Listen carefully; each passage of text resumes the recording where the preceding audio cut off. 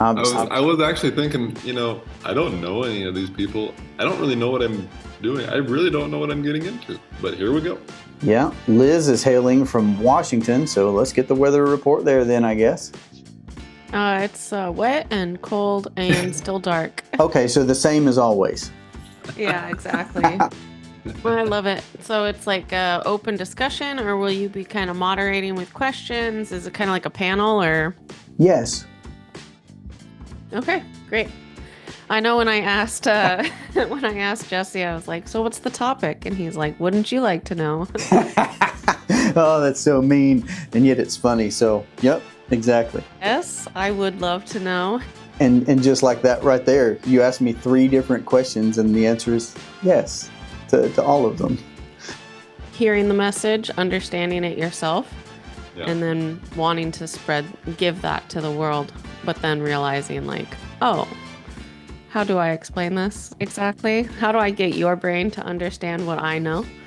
There's such a there's such a big difference between understanding it for yourself at that level, and then it's a whole another higher level to explain it so that someone else can understand it.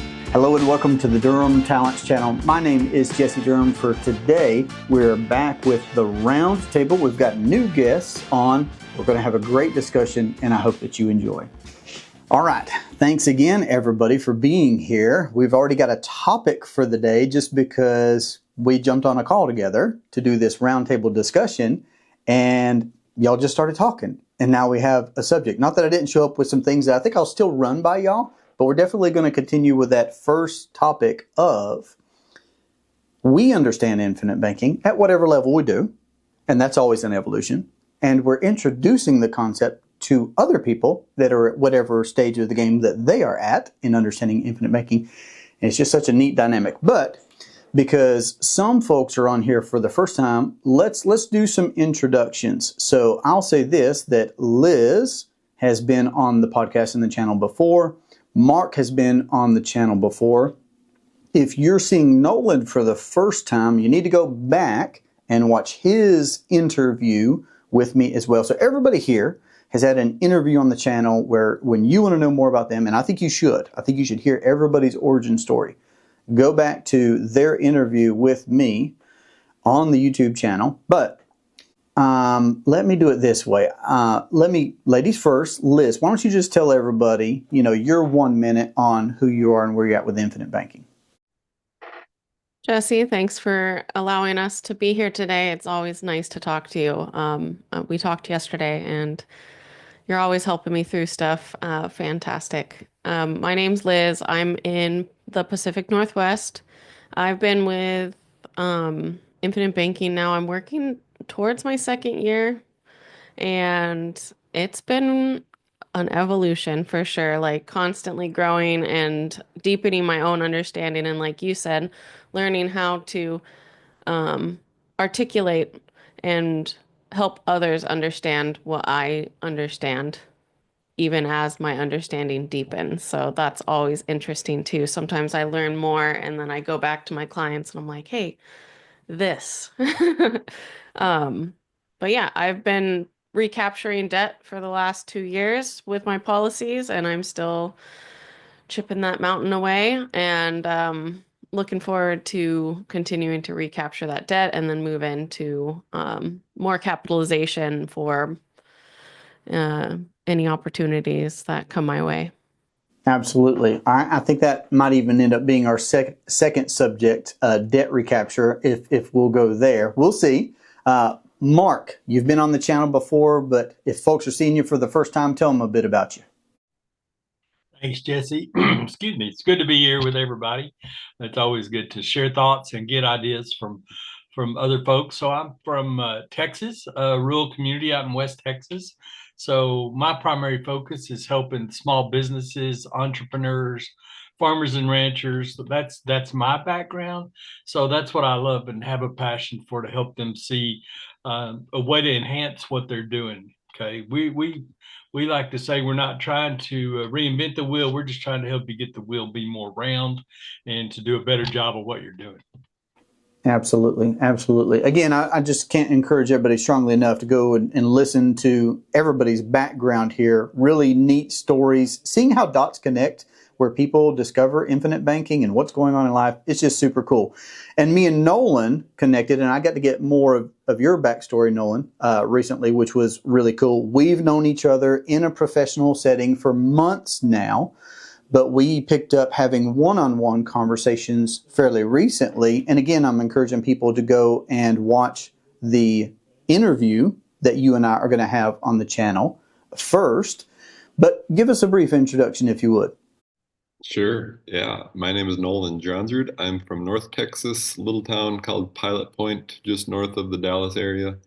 I moved here 12 years ago, so I'm not a native Texan, but I did get here as fast as I could, and I love Texas. And I discovered IBC shortly after I moved to Texas, and I bought a policy on myself and my wife right away, and and then I just kind of set it and forget it. And but I kept paying into those policies. And then I actually got into the insurance business. I started my own insurance agency, and I actually sell all lines of insurance. And in doing that, inevitably, I would get people asking me about life insurance, but I kind of didn't want to sell life insurance, so I just kind of, kept hiding this IBC thing. And it was a couple of years ago. I just woke up one morning and I realized I just felt this duty or this obligation that I need to help people learn about this. I need to help people with this because this is great. So, like I say, I've owned a policy I've got a 9-year-old policy now, and it's doing great. But it's just really been the last 2 years, or really the last year, that I've really taken a focus on really trying to help people learn and understand IBC. And in doing so, it's really changed my life. I've met so many wonderful people, and my life it's just enriched my life in ways that I never even thought possible. So cool. All right. I'm excited because I think you also, even in that introduction, might have given us our third topic, which could be people, Nolan, who along the way, they come up for air in life long enough to see this infinite banking and get it enough to get a policy or two and own a policy for, like you, years, even years. But maybe not necessarily be infinite bankers, right? You own whole life insurance.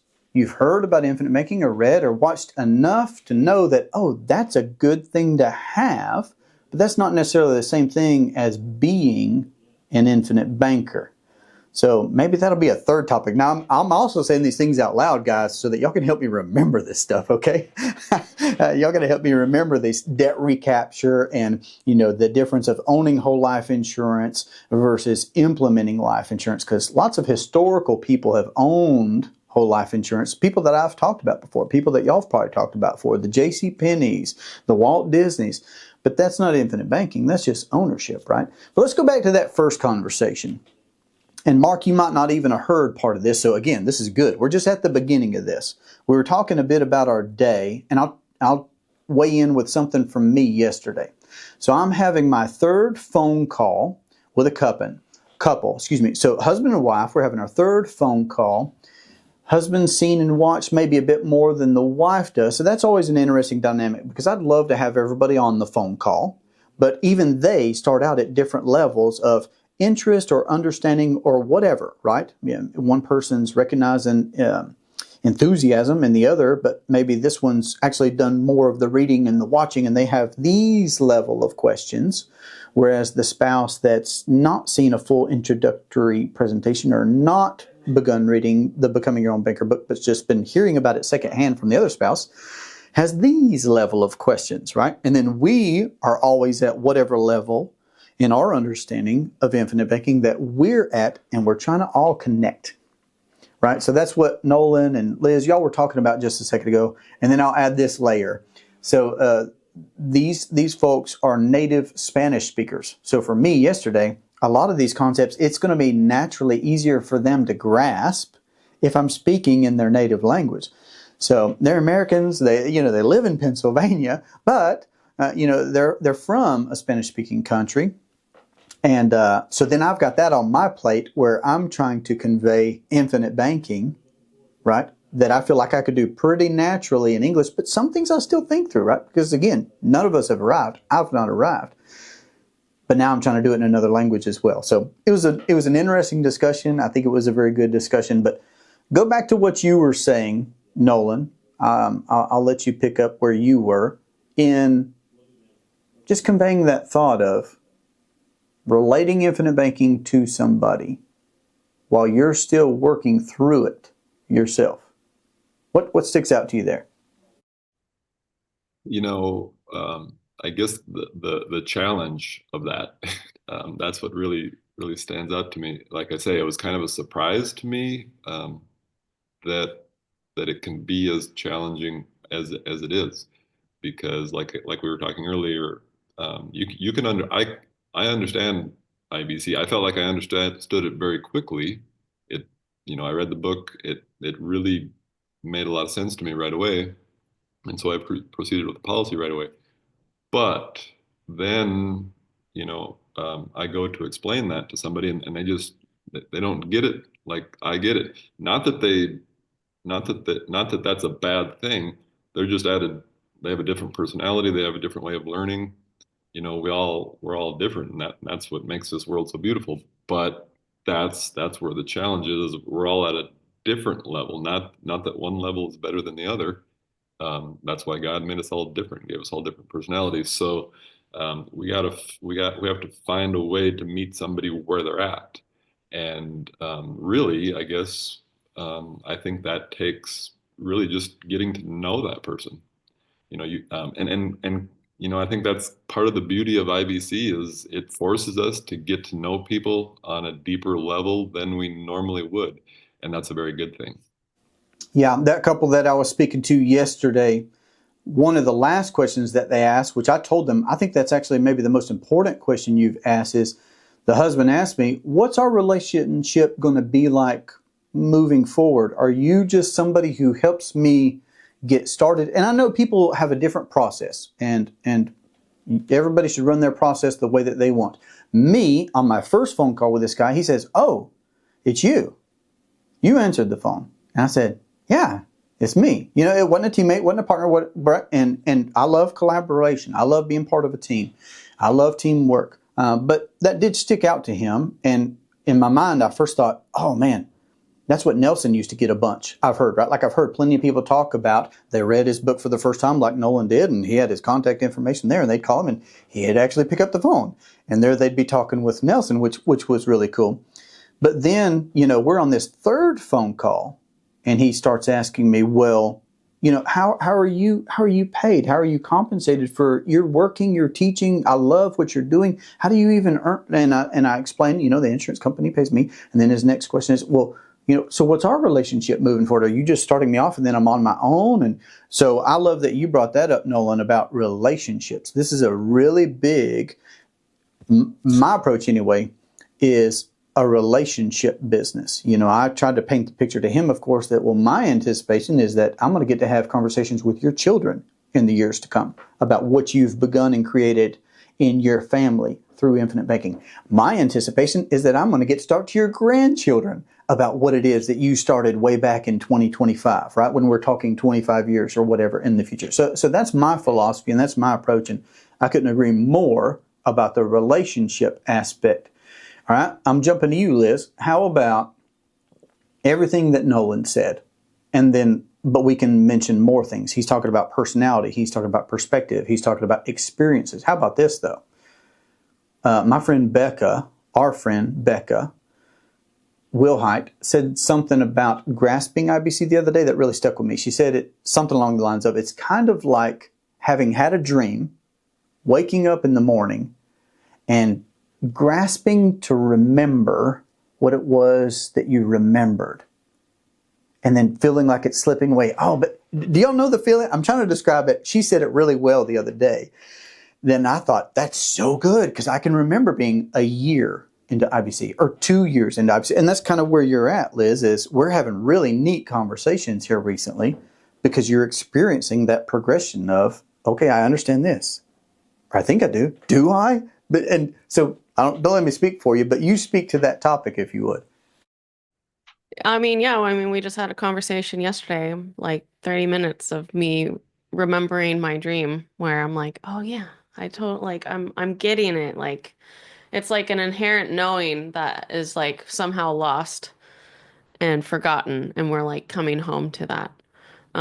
When Nolan was speaking, I think a lot has to do with like people's personalities for sure, but just ultimately like their level of curiosity and like what can I say to somebody, because it's not about convincing. IBC itself, like you don't have to shine it up. It sells itself. It's everything about it.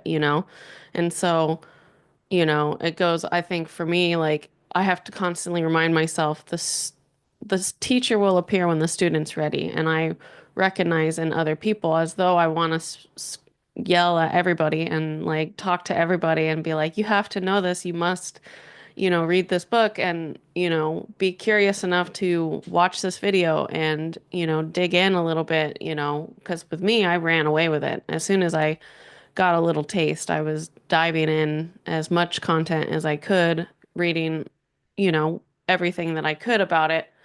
But yeah, I think it's just personality, their level of curiosity, and as a person who is in the business of relationships, recognizing, where that person is and like meeting them there, but like really focusing on the ones that are ready to receive the message and going alongside them and putting in that level of care of generationally, like, you know, learning what their values are and what's important to them and where they're going and their goals and their dream and like what they're building and like creating an environment for that growth there and allowing that to be the example for others to build that curiosity.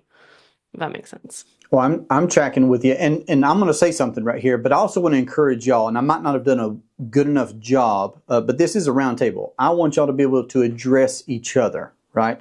Speak to each other here, and it's neat because again, some of y'all are seeing each other for the first time, and we're already in on cool and deep conversations.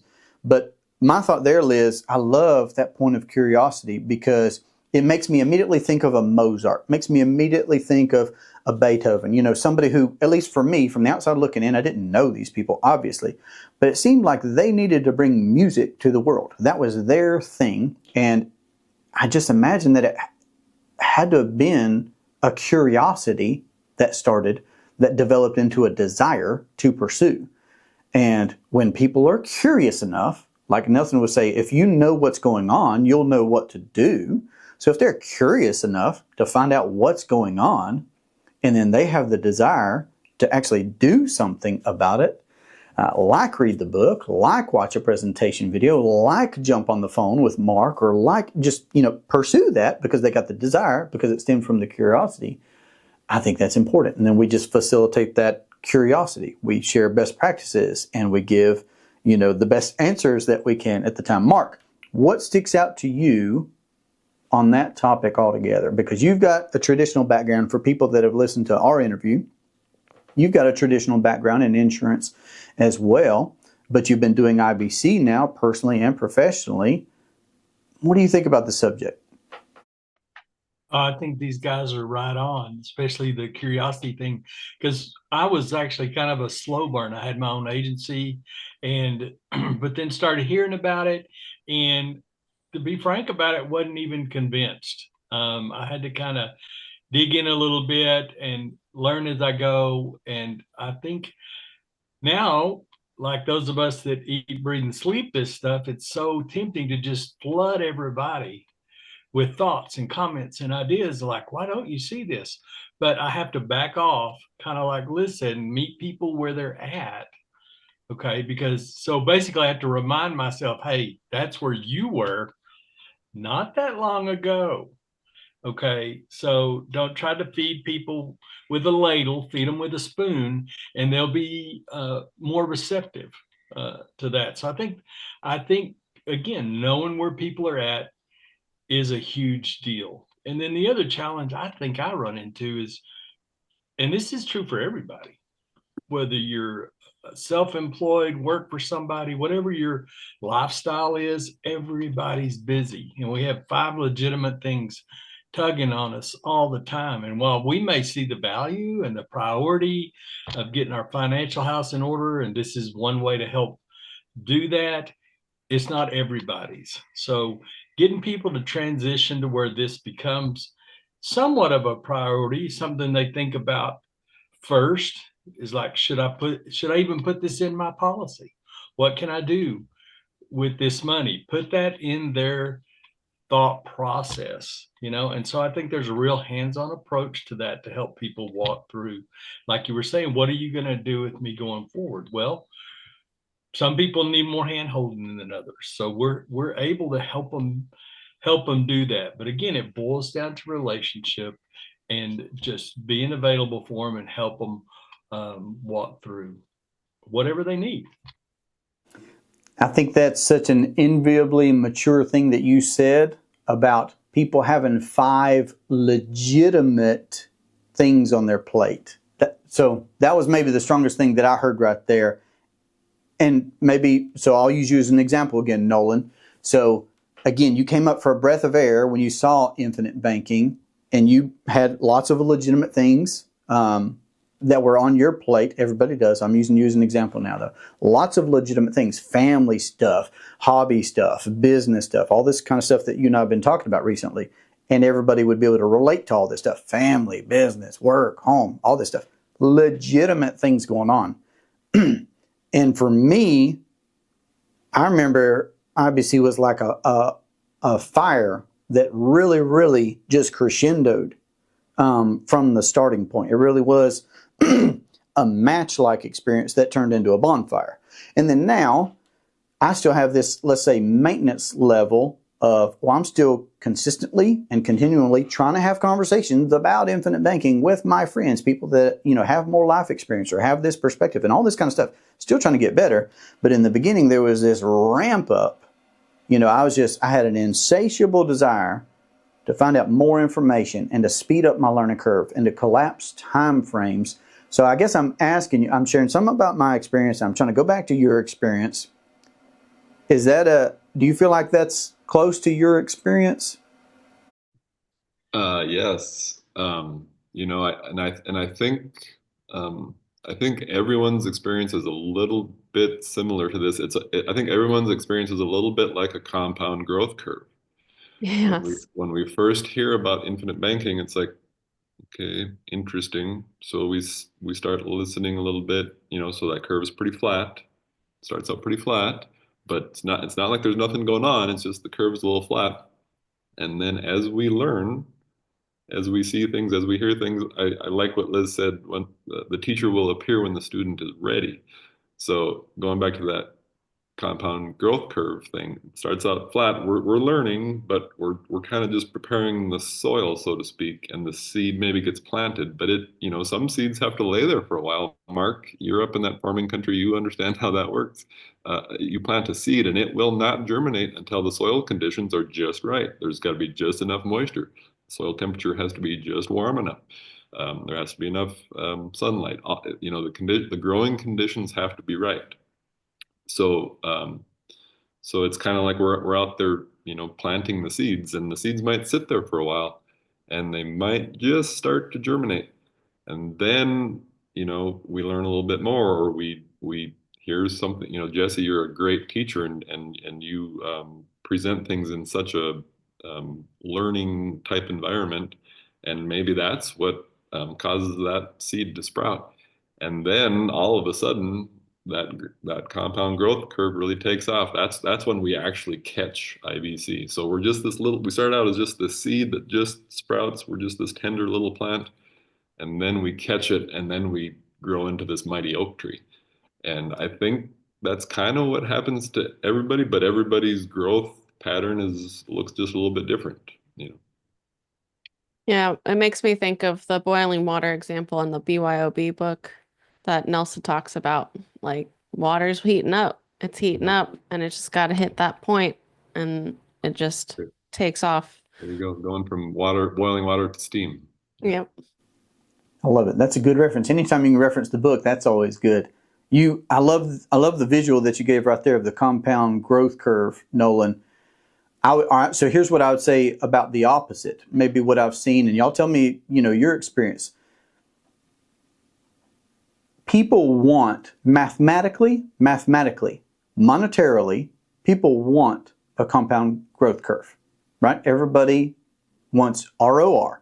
Everybody wants a great ROI, right? All these things.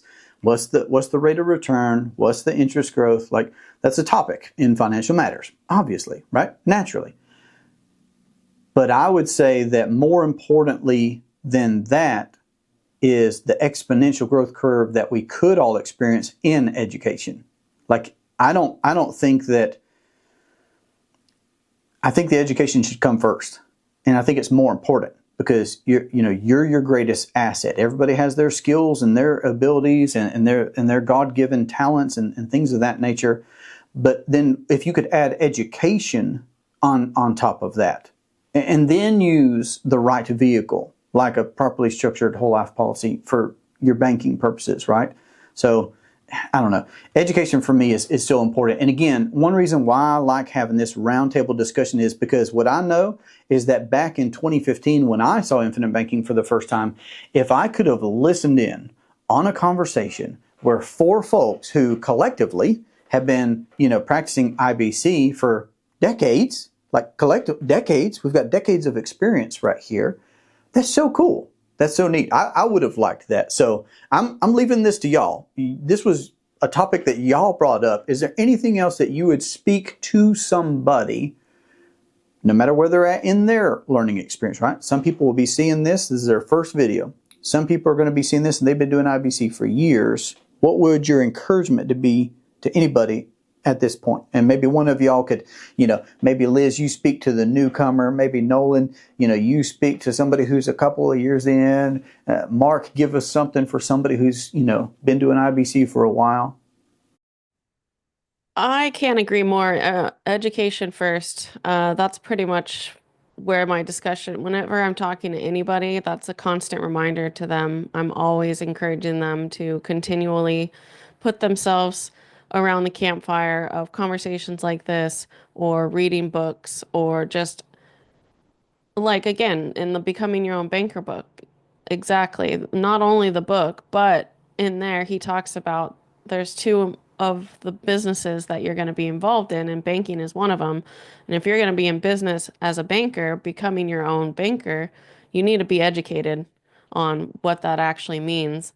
And I think even further, you know, if we're going to be utilizing specially designed whole life insurance policies for mutual companies, I think product mastery or deep understanding of how the product works and like the relationship to all the different pieces of what a whole life policy actually entails and how they work together in relationship to banking is so vital. And I'm here to coach them and help them through their understanding as my understanding grows and like continually getting better. But like education forward, 100%. Take the time to learn your business because I mean, bank like your life depends on it. I love that. All right, Nolan, I'm gonna come to you, but Liz, no, you got something? No, okay, yeah. Let me get. I wanted to say two things. Oh, what was it? Number one is no, it's slipping away. My goodness, you said so many good. I can't hold them all in my mind. I was like, she said, she's just like she said it, and then she said it, and then she said it, and it was so good.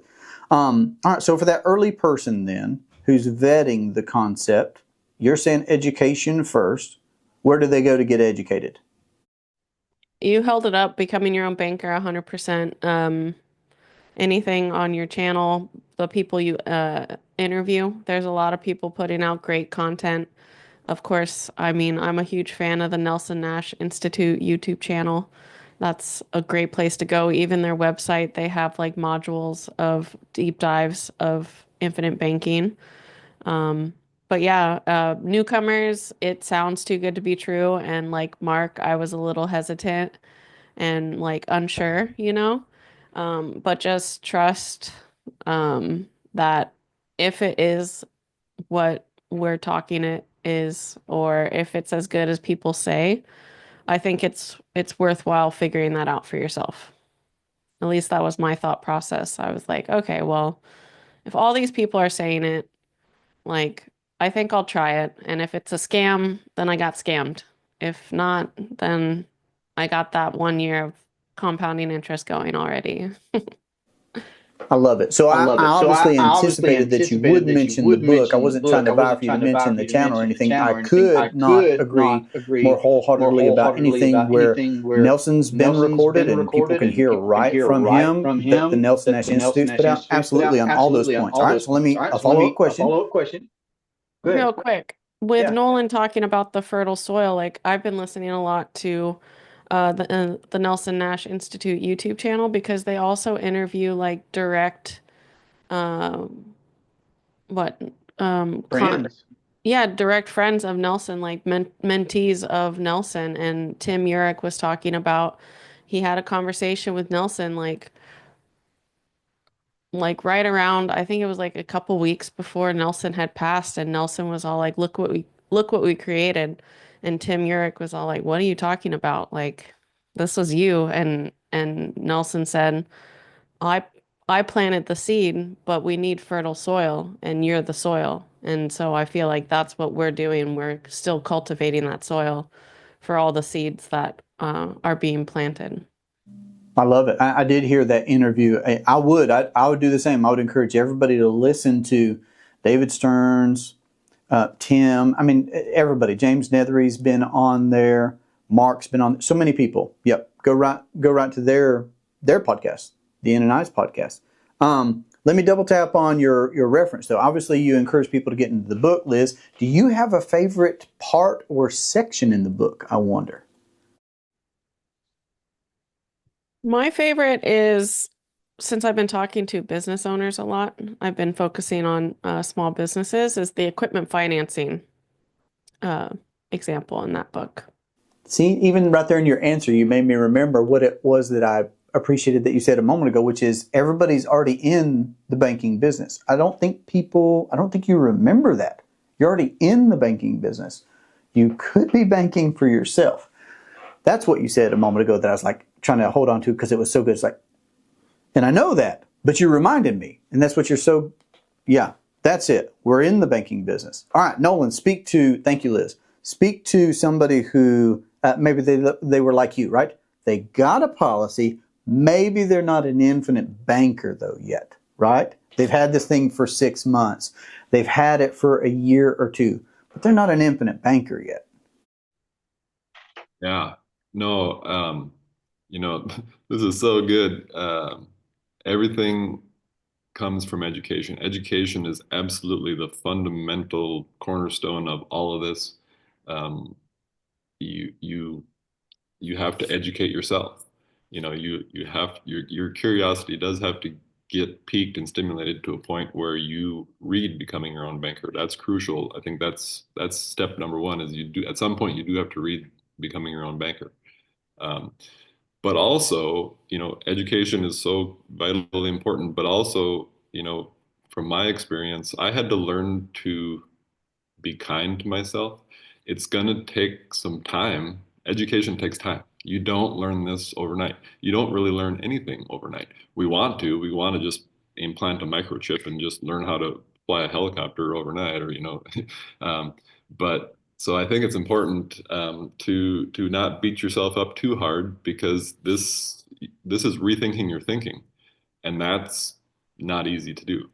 Um, you know, uh, this is a concept that we have not been taught our entire lives, and so we kind of have to almost unlearn some things and then learn this new concept. So that's gonna take some time. It's gonna take some effort by you, but just be kind to yourself and just take it one day at a time. Um, that being said, that does not mean that you can't go ahead and start a policy. Go ahead and start infinite banking while you're continuing to learn. Because here's the deal: we've all been at this for a while, different amounts of time, but cumulatively decades, like you were saying, Jesse. But we're still learning, right? We still don't know enough. Nobody here knows everything about the infinite banking concept. It's a lifelong journey. We're going to be learning more about it until the day we die, and that's kind of the beauty of it. But I guess that's where I'm going with this. My point is, be kind to yourself. Give yourself the time that it takes to learn. We all learn differently. We all have different learning styles. We all have different learning rates. So be kind to yourself. Take your time, but never stop learning. But also don't be afraid to get started, because that's where the learning really begins, is when you actually see your policy start working. At least for me, I know, uh, I understood the concept from reading the book, but then once I remember getting my first annual statement, and once you can really see the numbers with your name as the insured on the policy, that's when I feel like I really started to catch IBC. Okay, I'm hearing education, and I'm hearing giving yourself grace, giving yourself time. I think that rethink your thinking is bigger than all of us, myself included, realize moving forward. Here's what I'm saying. I think of a quote. I think it was Henry Ford who said, "Thinking is the hardest work there is, and that's why most people don't do it." Something real close to that. And then Nelson shows up and says, "Rethink your thinking." So that's a big assumption, really, to presume that people are thinking. And like, I'll use myself as an example. Like, I did all the traditional things. I went and got a 4-year degree because I was told that's what I was supposed to do. I went and I paid, into my 401k because I was told that's what I was supposed to do. The state was taking 6% of my gross income by force and opting me into their plan. So I'm doing all these things conventionally because that's what I was told to do, not because I thought that's what I should do. Right? But then here's Nelson saying, okay, yeah, you do have to unlearn some stuff. You got to rethink once you actually do start thinking what it is that you thought. And I hope that everybody followed me on that. It's really deep. There are levels to this thing. So I love that. Nolan, let me ask you a question about your own experience then. Let's use it as an example if we can. You got your first annual statement, you said, and that was an impactful moment to you. Let me ask though, had you taken any policy loans in that first year before getting that loans or that annual statement? That's a good question. No, I don't believe I had. Okay. So then can you give me a time frame then on, you got the policy, liked the concept, but you didn't use it for a year, which there's nothing wrong with that. That's like, people can intentionally do that. But I often think that people unintentionally do that, meaning they're not thinking about how they can actually use the policy. They are just owning the policy. So I'm curious, can you remember how long it was maybe before you did take a first policy loan to actually do something? Well, I can't remember exactly, but I did um, set up my online portal, and I did probably fairly quickly. It might have been a year or two, but I did. I consider that fairly quickly. I did take a pause loan, mainly just to make sure that it worked like they said it was going to work. So Okay. I literally took a pause loan not because I really had anything to necessarily do with that money, but I just wanted to see how the process worked. So That's funny. I did that, but then. I will tell you this. We moved here, like I said, 12, maybe 13 years ago.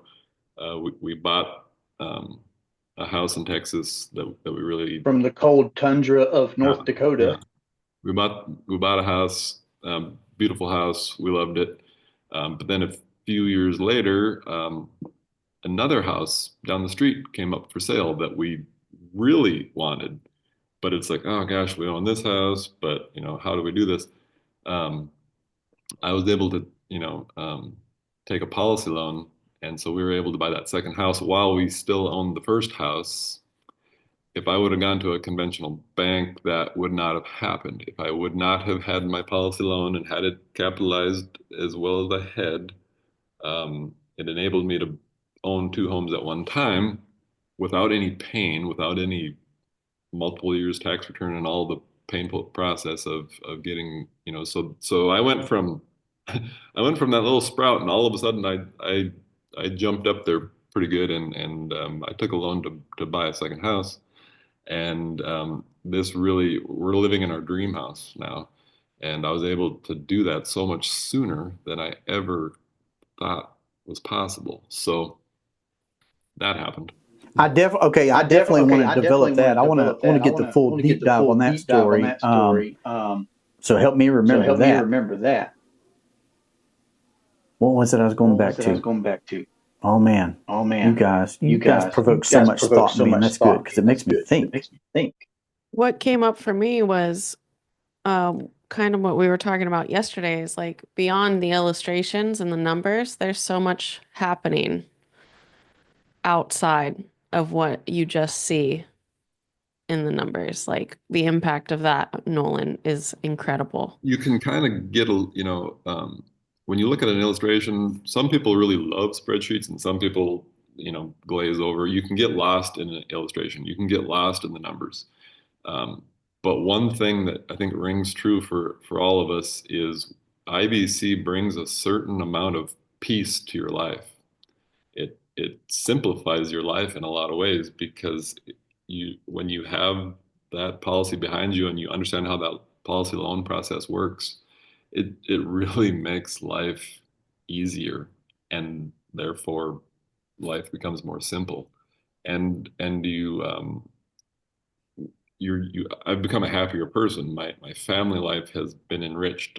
I have a closer relationship with my family because I have this more peace about me. I'm not so stressed to build this mountain of wealth so that I can just spend it down. I've got that policy loan that I can borrow against, pay it back, borrow against it again. It's just this revolving line of credit, and that really just brings me such a sense of peace that my wife has commented, you're happier than you used to be. So those are the things behind the illustration that can't show up on an illustration. Well, I love that.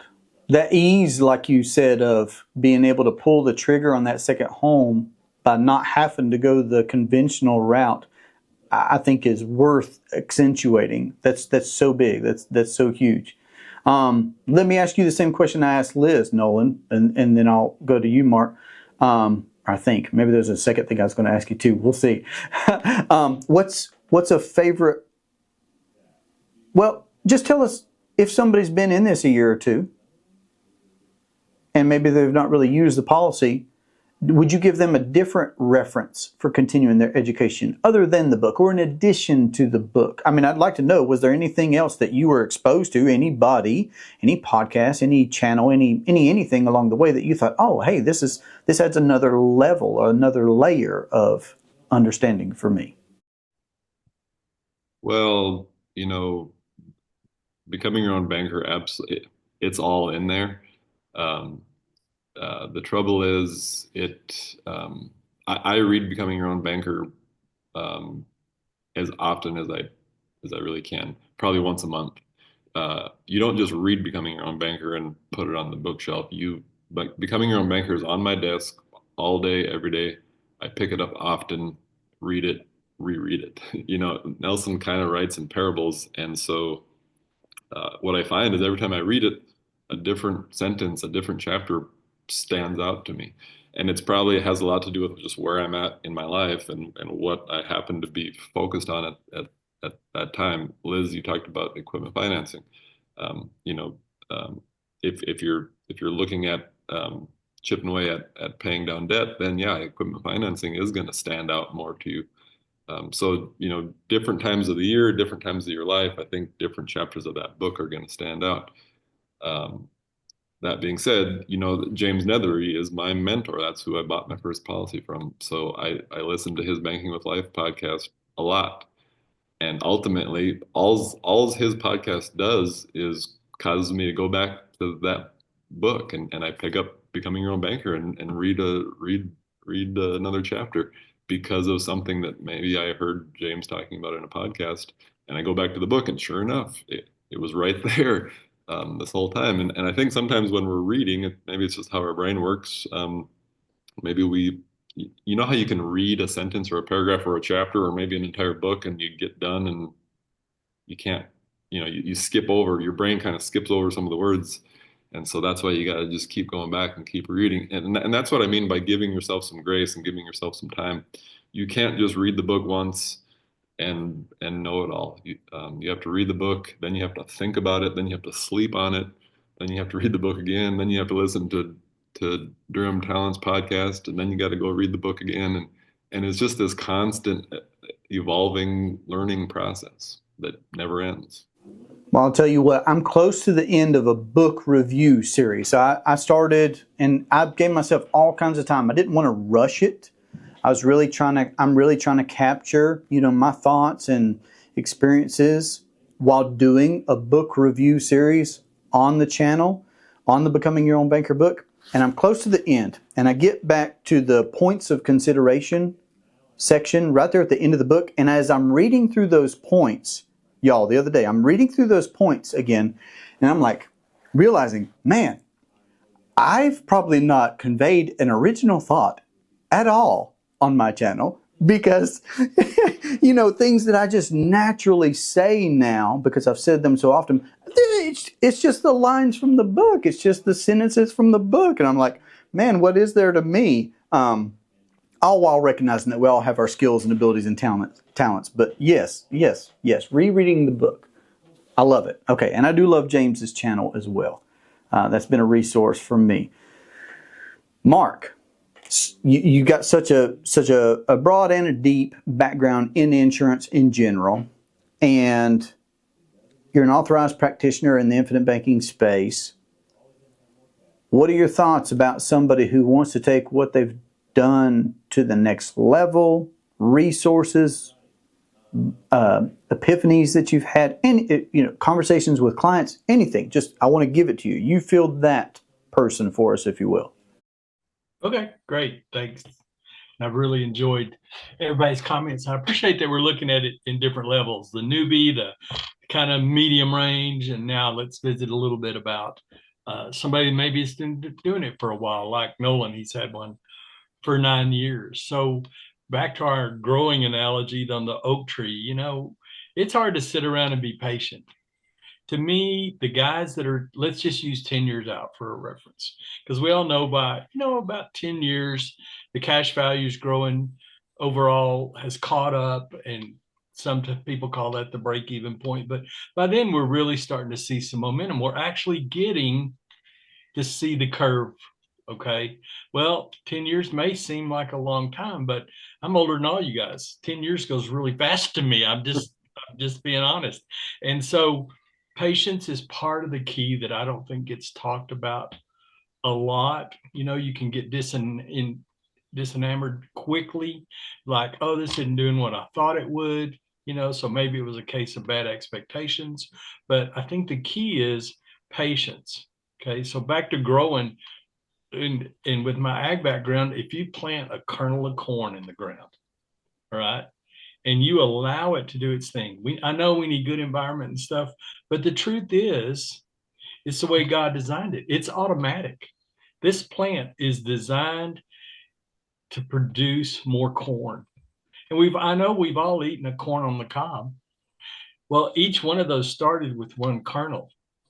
So we're just like that in the infinite banking. We're going to start with a kernel, with a seed. And automatically, if we do what we said we were going to do, okay, do our premiums, follow the plan, whatever that looked like. Okay, if you've laid out a good plan, if you stick with it, you will produce a harvest when that time comes. But it takes patience. Okay, so I don't think we think about the fact that it's automatic.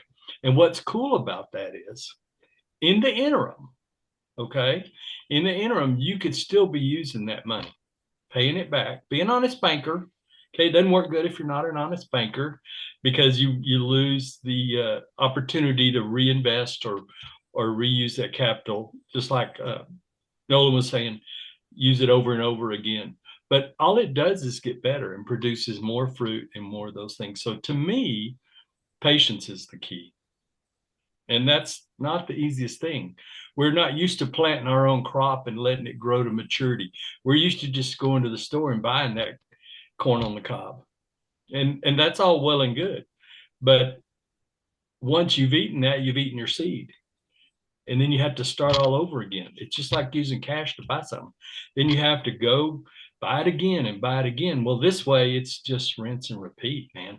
You get to keep using that money over and over again, all the while allowing it to grow and become a legacy for your family. So patience is the word for me long term. I love it. Yeah, when you say patience, I'm thinking, principle number one, think long range. You got to be patient to think long range. I'll say this, it's a side topic, kind of. I encourage people to grow things. I don't care if you like flowers. I don't care if you'd rather plant a fruit tree, plant some vegetables, right? Like, I think there's a lot of value to not being so disconnected that you don't have some, like there's a little plant on the table right here that y'all can't see, but you folks can probably see. I think it's good for us to grow something and then think about how that relates to something like infinite banking. It's a real world experience. So go grow something, go plant something, go take care of something. For my Bible scholars and fans out there, I mean, that other people make jokes about what was the first profession. The first profession was a gardener, is what the first profession was. There was this garden, and Adam was told to go tend it, go cultivate it. I love it. All right, Mark, do you have a favorite or a current favorite, maybe for what season of infinite banking you're in? Do you have a current favorite passage of the Becoming Your Own Banker book or section that speaks to you right now? Well, I think they all do at different times, like these guys were saying. It's like, oh, I didn't see that before. Mm-hmm. And so you kind of go through that. But I'll go back to my earlier experience and then relating to a lot of business people, having been one and still am myself. The Steal the Peas was really a little more eye-opening than I expected. Okay, I think it's the little foxes that get us in trouble sometimes. So I think the Steal the Peas was really important. And I don't think that ever goes away, because what the temptation can be is, as you make more money, as you begin to go, those peas may feel inconsequential. When you started stealing the peas, it was just one can. Well, gosh, that might have been a big deal. But later on in life, as you mature and as your policy matures and even your income matures, oh, it's okay to steal those peas. But the compounding effect is still the same. Every time you steal the peas, you had to start the compounding curve over again and again and again. So to me, steal the peas, I'm almost at a place of revisiting that, the value of don't steal the peas. Okay, perfect. You gave me the segue. Yeah, Liz is already starting to talk because she's like, oh, okay. That's our conversation here recently. So that's my segue into the next topic. Let's go there. Let's go into paying off debts. Let's go into recapturing debt. Let's go into don't steal the peas. I'll begin with this. Let me do this, Liz. Here's a thought, from our conversation. We're out here helping people, but we're also pursuing our personal, infinite banking journey. I think a good frame of reference to remember is every day. Now, y'all think about this. Every day, banks might actually be closed. Holiday, weekend. But you do realize that banks are making money every minute of every hour of every day. Why? Doors are closed, Jesse. Today's a holiday. St. Patrick's Day. Whatever. No. They got loans out left and right. In your towns, in Washington, North Carolina for me, Texas for you fellas, these banks are making bank non-stop. So I think maybe that's another framework to remember, Liz, when we're talking about being an honest banker, because we should be an honest banker. We should restock the shelves. And yet, just like Nolan was saying earlier, listen, I might do this with a piece of property with my policies, but as I'm refilling that reservoir, I'm uninhibited from sending that money back out, giving it marching orders. Oh, hey, now we also need to do this, because banks are doing that, right? They're not just collecting money. They are putting it back out, and they're just growing that and scaling that and cycling that in an evil way, Nelson would say, because they're lending out money that doesn't exist. But we're not doing that with policies. These private contracts, and there's a worthy conversation to be had right there, where banks are doing something that Nelson called evil. I mean, they're definitely doing something that you and I can't do. They're loaning out money that doesn't exist. I mean, that's anyway. Maybe I shouldn't do but this is the venue for that kind of a talk. But we can't do that. But when we're taking policy loans, that is real money.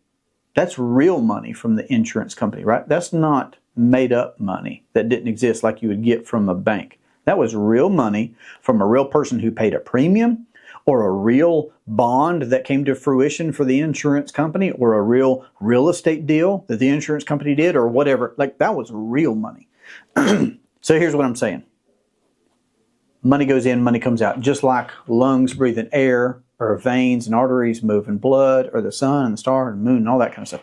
So let's have that conversation, guys. Debt payoff with policies using infinite banking. Debt recapture. Being an honest banker. Liz, just give us any starting point that you would want. I guess, okay. So the part that I keep coming around to, so I'm paying off a substantial amount of debt.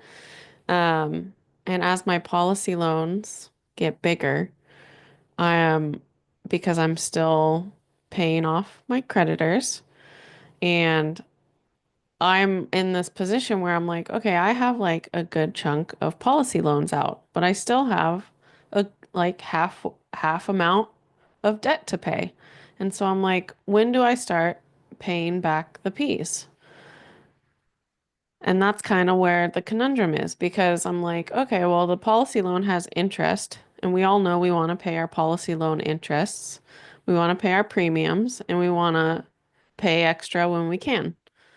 When do the policy loans make it into that equation? And I'm like, if I'm carrying around, $30,000 of policy loan for the year, while I'm still leveraging policy loans to add to that, that's like that's a good amount of policy loan interest at the end of the year. So I wonder, I'm just kind of like, where I'm like, how do I navigate that?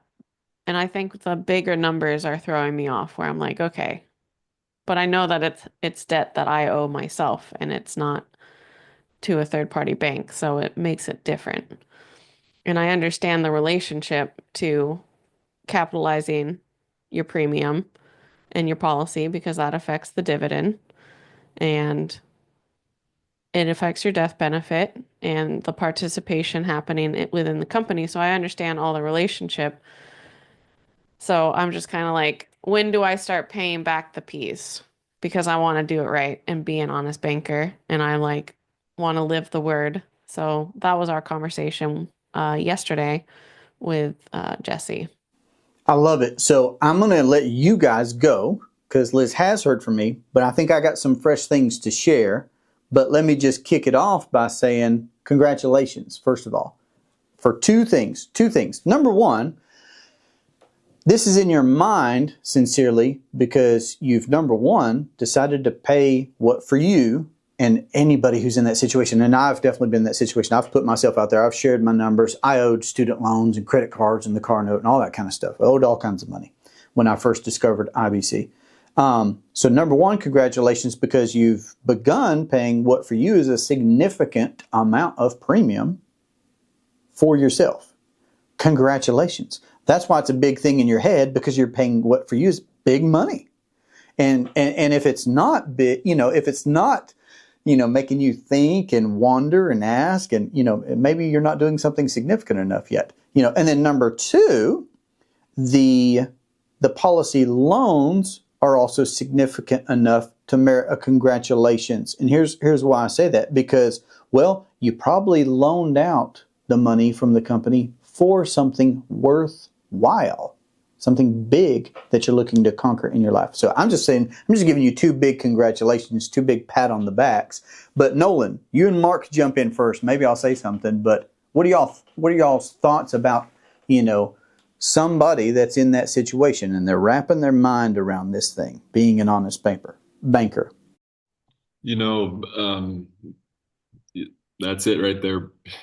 Being an honest banker, you do have to be honest. You have to be honest with yourself. And so when it comes to policy loans, there does have to be a plan for repayment of those policy loans. Now, that being said, you're the banker. You make the rules. You make the repayment plan. That's the beauty of it. And so, yes, there has to be a plan, but that plan is only limited to your imagination. So, when we really break it down, a policy loan compared to any other kind of loan, a policy loan is unstructured debt. Any third-party bank, there's a structure, there's a payment plan, there's a certain payment that you have to make, and those are two very different things. The unstructured loan is way more in your favor, but you also, you got to be a little bit careful with that. You do have to have a plan to repay that. But there's so much flexibility there that's the real benefit to you. So I'm not one bit afraid of policy loans. However, don't forget that you have a policy loan and make a plan and maybe remind yourself of that plan. And plans can change and life changes, life happens. But just make sure there's a plan to repay that policy loan. But don't be afraid to adjust that plan as necessary as life happens.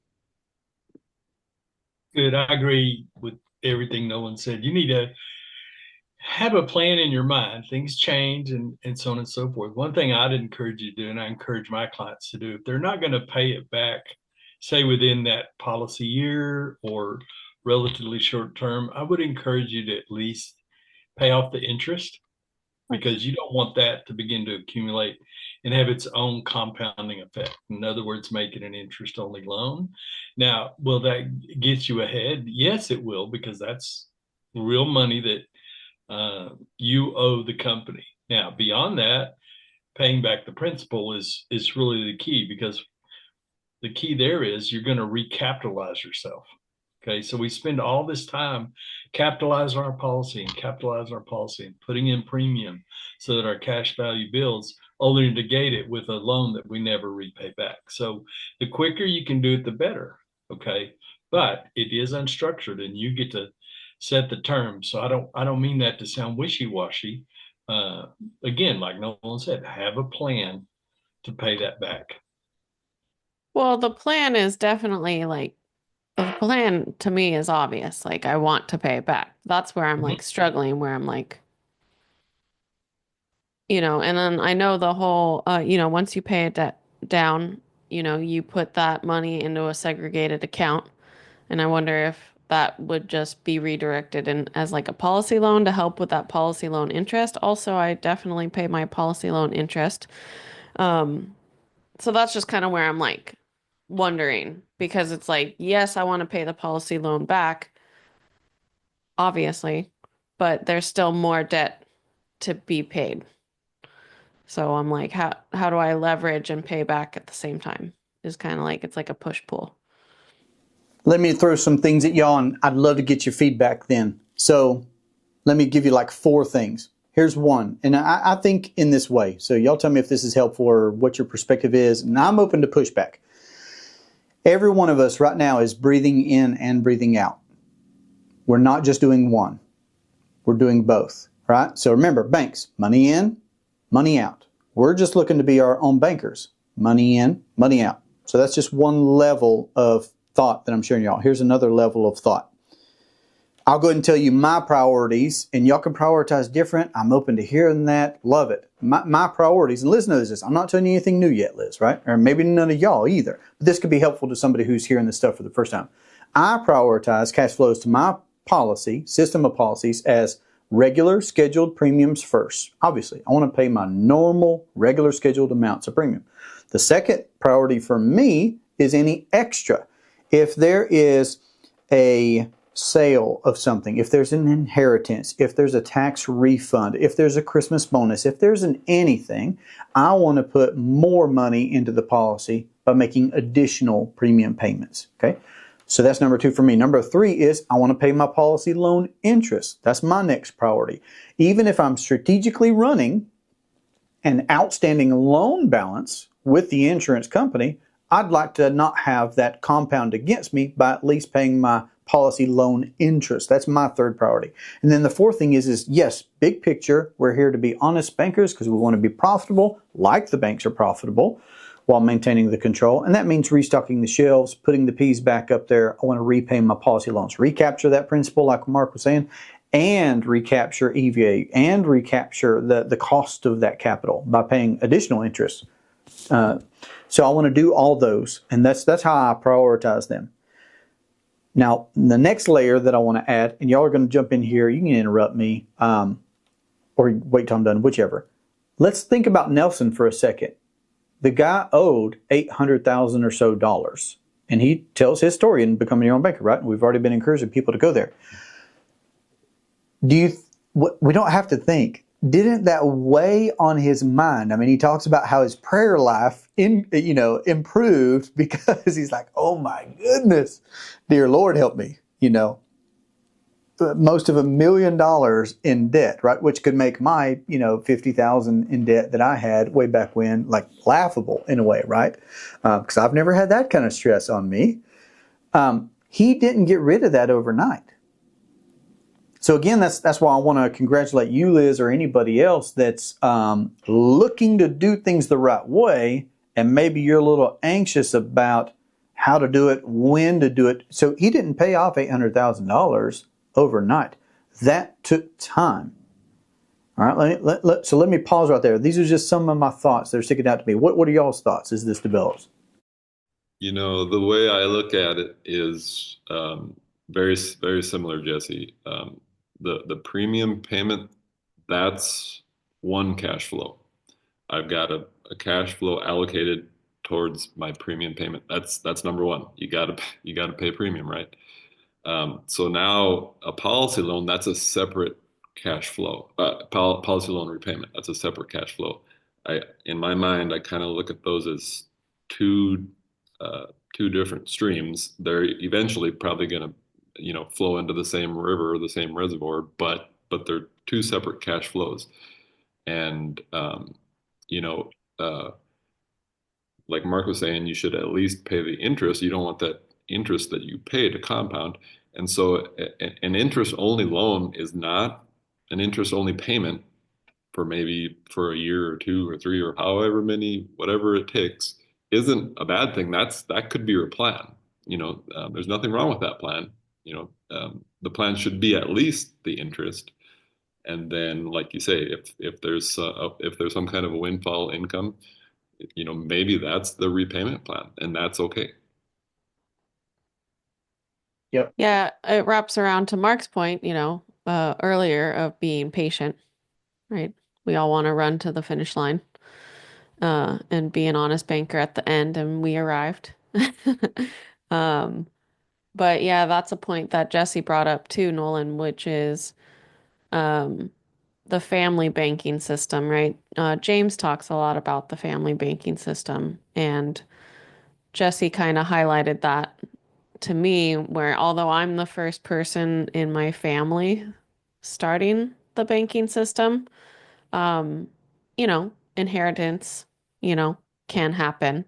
And Jesse told me the story of uh, Nash and is it Robert? David?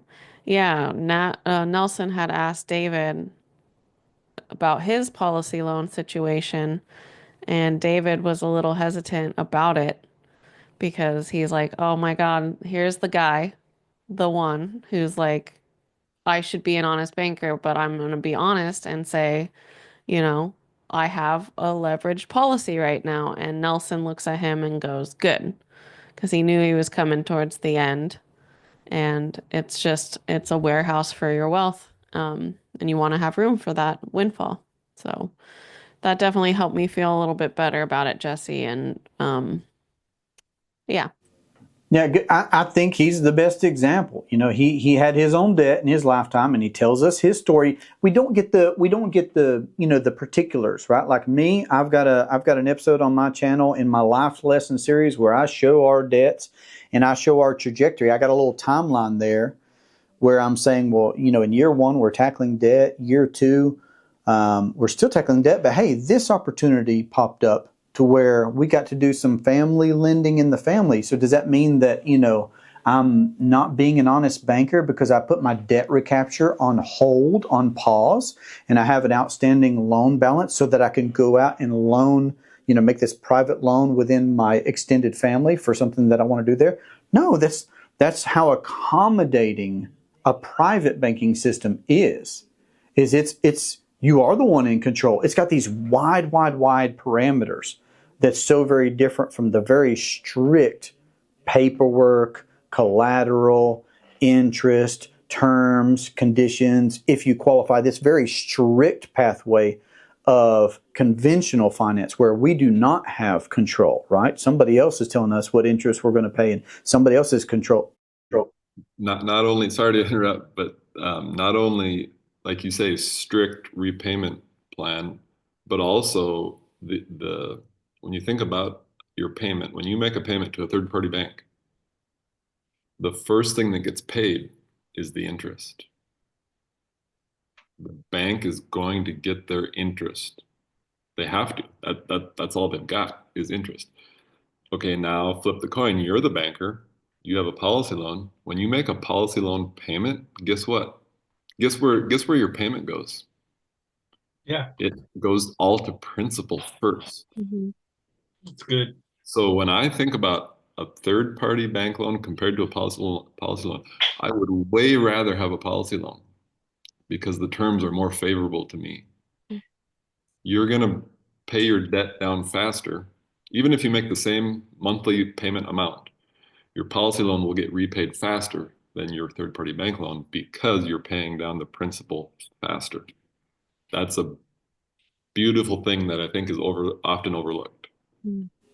Well, I'm glad you didn't let us overlook it. That's so good. That's worth mentioning in a big way. Yeah. So favorable. And there's so many of those aspects, right? So many of those aspects that make banking more favorable when it's privatized.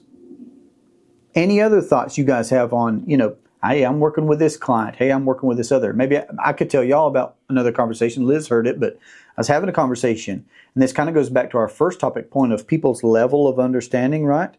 This guy has 70,000 or whatever in debt, and he's looking at infinite banking as his route to recapture that debt and get that debt paid off and build up a good financial standing for himself.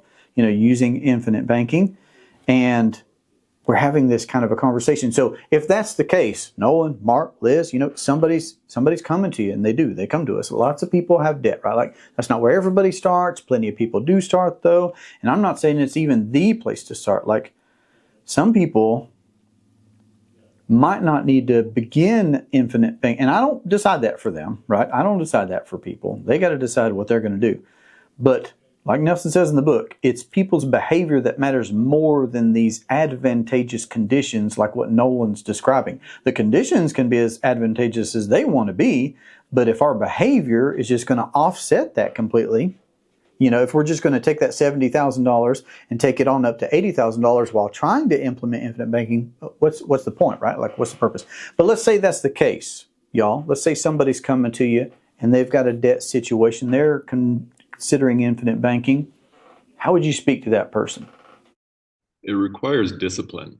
And so, my initial conversation and actually even the continuing conversation is I'm always trying to gauge someone's discipline level. Because one thing about becoming your own banker, you're becoming your own banker. So therefore, you're responsible for yourself, for your actions. You're responsible for everything. Like Nelson said, the behavior of the policyholder is more important than anything. So if you do have to have discipline, you have to have discipline to make the premium payment, and you have to have discipline to make the loan repayment if you take a policy loan.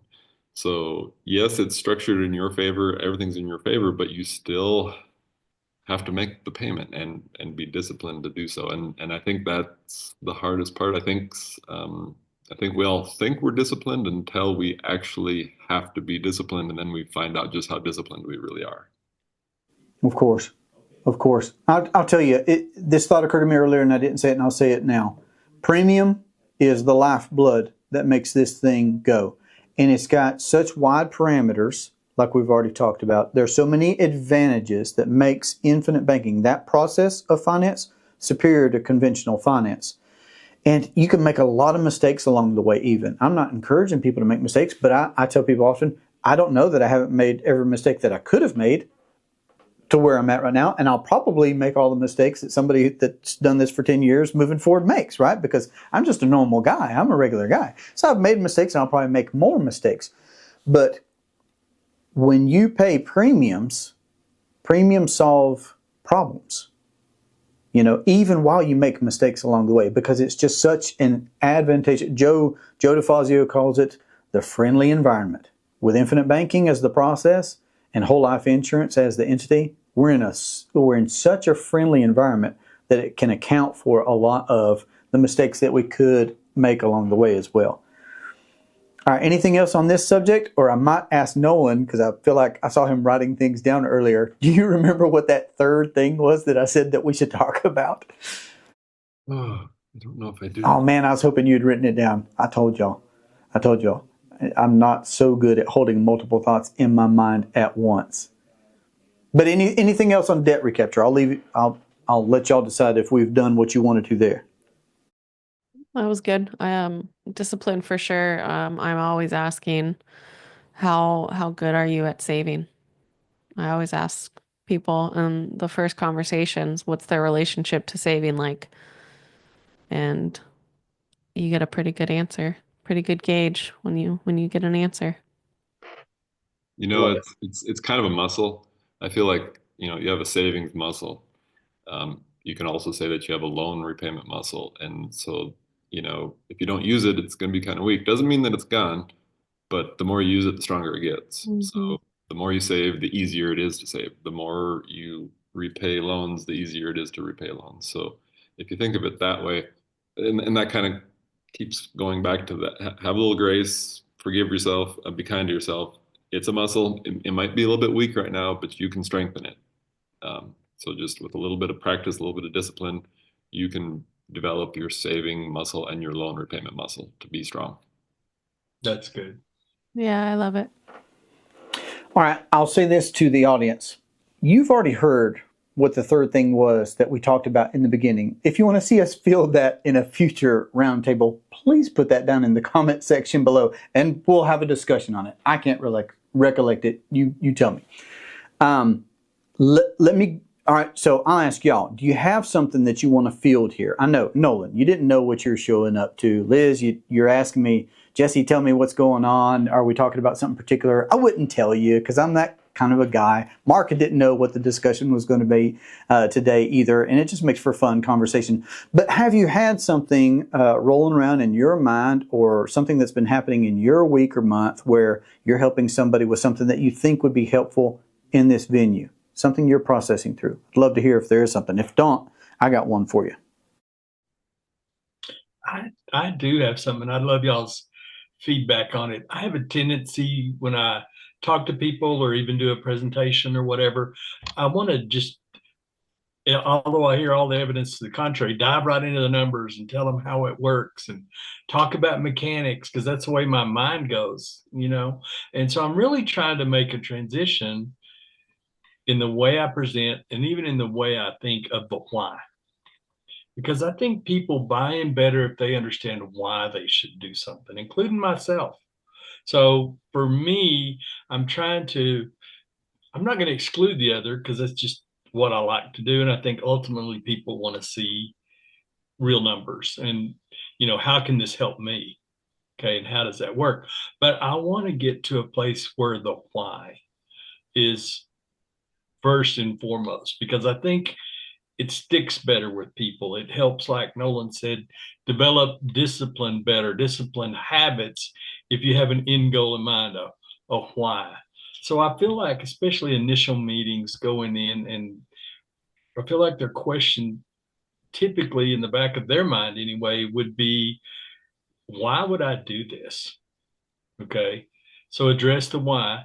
And I want them walking away from that saying, why wouldn't I do this? Okay. Take away all the hidden objections, if you will, objections they don't even know they had about changing their paradigm, the way they think. So I'm trying to get to the place, help people get from why would I want to even talk to you? Why would I do this? To get to a place of why wouldn't I do this? And at that point, the how is much easier to go into. Okay, if you'll let me, Mark, and I might even see if I can pull a calculator up on the screen, and this might be counterintuitive. I'd like to field that question of why. And I say that because I'm a big concepts guy. I like, to a certain degree, of looking at the numbers, but then kind of like Nolan's visual earlier, my eyes will eventually glaze over. I can be too inundated with spreadsheets and stuff, but I also appreciate a certain amount of visuals. So not too long ago, I had a family meeting, and one cornerstone in our family meetings, and I'm talking about extended family meetings, y'all. I asked anybody that would participate to do something for me that I often challenge clients or prospective clients to do, which is this. Run a budget for yourself, see where and how you're spending money. Let's calculate up a debt sheet. I'll send them a debt sheet if they have a debt sheet. And then I will challenge anybody. I'll challenge everybody listening. Go and calculate what your monthly payments are on any debts. The home, the car, the college loan, whatever. Go get that total number. And then find out, I don't care about the percentages, the APR, all that stuff, but find out how much of that payment that you make every month just goes to interest. Remember what Nolan was saying earlier? When you make payments to a bank, the first dollar is going to interest. How much money are you bleeding out in interest alone? So that's my challenge to everybody, right? And at my family meeting, I got some participation, right? And I just extrapolated that out. So let me see if I can even do this. And pull your calculators out then if you want. That's fine. We can do this together. Y'all got calculators. So let's say, and I'm just doing this on the fly, so this isn't going to be super cool, right? Let's say somebody earns $3,000 a month. Over 12 months, that's $36,000. I mean, that's not even, medium range of income right now, average range of income right now, but there's something, right? $36,000 of income. And let's say that they've got $2,000. So I think I'm going to be real generous here, right? Let's say they've got $2,000 of payments, all right? Now I need to get back where I can see y'all's screen real quick because I'm looking at my calculator. Now y'all tell me, that's probably the exception, right? That somebody is only spending 2/3 of what they earn on payments, right? Like Nelson said that most people are spending 34.5 cents of every dollar. On average in interest alone, right? So, that's so big. That's so big. Y'all tell me if you're following with me. But if somebody earns $3,000 a month and they got $2,000, a month worth of payments, and if they're actually keeping $1,000 a month, then great. I don't know that that's not the exception. So, out of those $2,000 a month in payments that they have, that's going to include these credit cards that have these 33% and these whatevers, right? But let's just be conservative. What can I say out of that $2,000 a month of payments probably goes to interest? Maybe I shouldn't even say. What do y'all think? Should I just calculate the 34.5 cents of each of those dollars? Probably. On Yeah. average, it's probably 30 cents on the dollar. Okay. I hope this is making sense. So let's say that, and here's where my math struggles. So that's going to be $2,000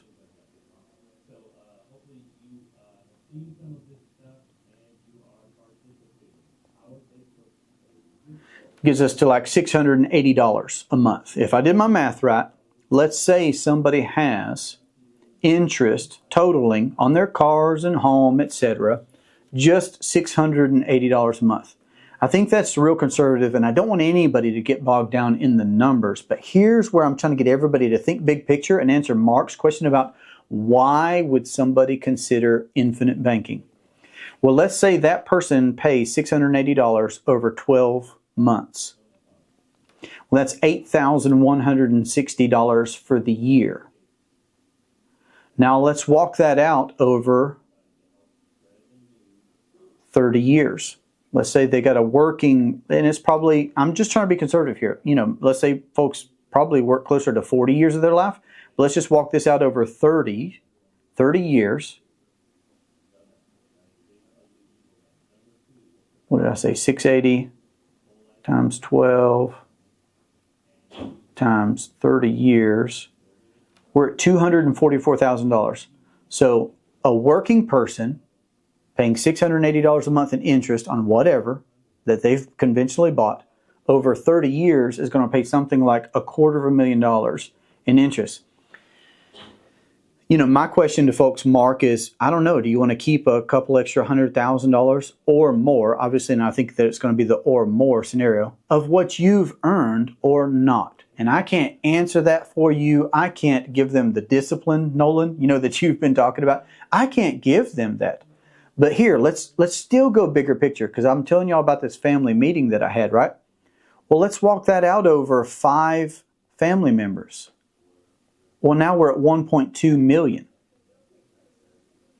So I love talking in the context of think long range, think big picture, think intergenerational. But I'm saying, well, if I and 4 of my siblings are spending $250,000 each in interest that we could have kept otherwise, I don't know, y'all. Could we have bought a beach home with that $1.2 million and have a nice beach home across our family?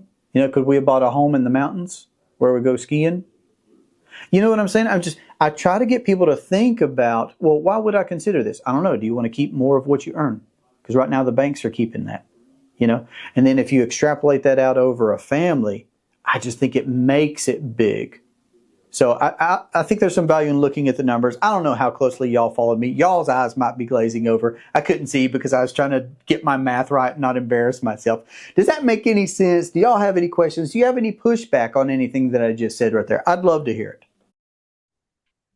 You're exactly right, Jesse. And it does help to put it into those numbers, because when those numbers get big, then that seems to maybe grab our attention a little bit. All of a sudden, you're talking about $680, but then all of a sudden that very quickly ramps up to 1.2 million. Okay, that has my attention.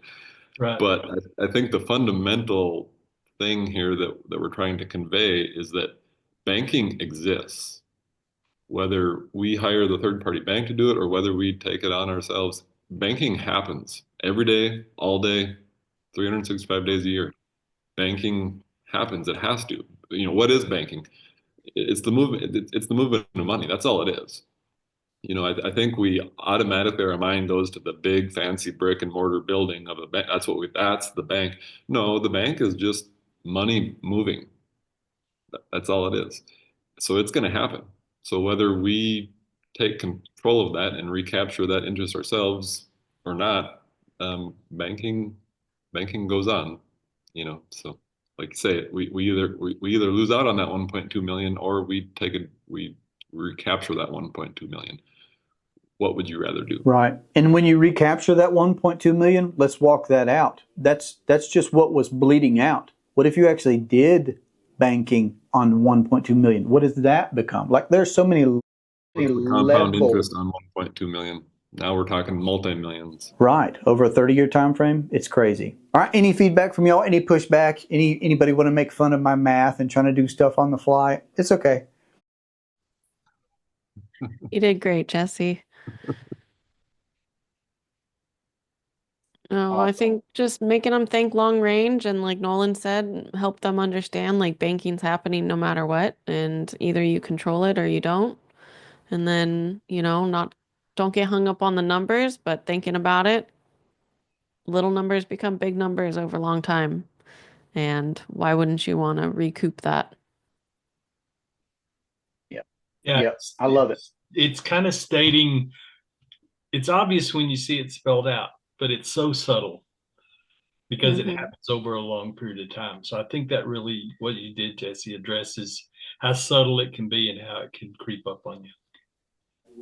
Awesome. Guys, I'm already looking forward to our next conversation. I definitely hope that everybody jumped in the comment section and reminded us of that third topic that we didn't get to. But I appreciate, everything that we've been able to cover today. I know it's interesting for me, helpful to me. It can be very helpful to folks wherever they're at in their journey. What lasting words would you like to give to folks as we wrap up this Council of the Roundtable? Liz, ladies first. I'll let you go first. Just keep investing in yourself with education and trust the process. I love it. Mark, sir. Yeah, you bet. Thanks for having us, Jesse. As always, it's good. I learned as much as I hope that I gave. But I think my final thought would be back to what I said earlier. Just be patient with what you're doing. Don't lose sight of the big picture. Don't lose sight of the big picture. Yep. The longest journey starts with the first step, right? Always. Nolan, how about from you, buddy? Yeah, education is what it's all about, and be kind to yourself. Allow yourself the time to learn, however much time that takes. But at the same time, don't be afraid to dip your toe in it and get started. You can always quit. You can always get, like James says, you can always get mad and quit. So don't be afraid to start. But don't be afraid to learn. Don't be afraid to educate yourself, and don't be afraid to take however much time you need to learn and educate yourself. I love it. I think everybody had somebody like that in their lives growing up, probably, right? The kid that would get mad, take their ball, and go home. I love it. I really appreciate you guys for being here, and I'm looking forward to the next conversation with y'all. For everybody that's tuning in to this episode, you will be able to find these folks' contact information in the show notes below. I would encourage you, if you're already working with them, continue your conversations. If you connected well with somebody, reach out to them there. You can find me at durhamtalents.com. This has been an absolute pleasure. Let us know what you'd like to be able to field in our future conversations of the Roundtable. Live and leave a lasting legacy. Have a great day. Take care. One other thing that just keeps resonating in my mind, and I learned it at the Coaching Academy. Jason Lowe coined the phrase "do simple better," and that just keeps playing over and over in my mind. I think we all need to constantly be thinking about that. How can we do simple better? Because we get so excited about this. It's easy to just kind of throw up on people and tell them all the things you can do with infinite banking all at once. And we've got to keep it simple. It's human nature. We tend to kind of complicate things, but if we can do simple better, I think we're going to serve people better. We're going to help them understand it easier if we can keep it simple and just do simple better. I love that. Thank you for saying that. You reminded me of something I thought of earlier, and I want this, at least this particular venue, Nolan, to be a place for going into the deeper waters of IBC, and yet, Einstein or somebody said, if you can't explain something to a 6-year-old, then maybe you don't understand it well enough. I think that's also true at the same time, I want to be able to do both. I want to be able to field, as deep as anybody wants to go into infinite banking, and yet I want to keep the message simple at the same time. So thanks for that.